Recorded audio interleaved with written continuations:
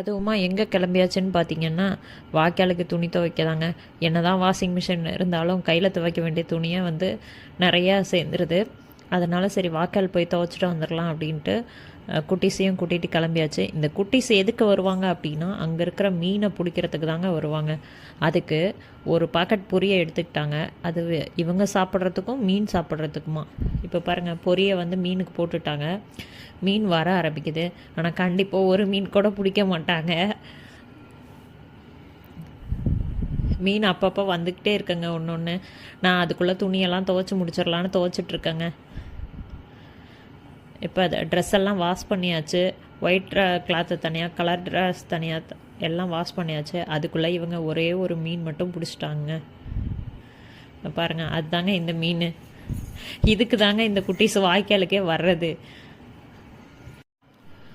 இந்த வீடியோ உங்களுக்கு பிடிச்சிருந்தா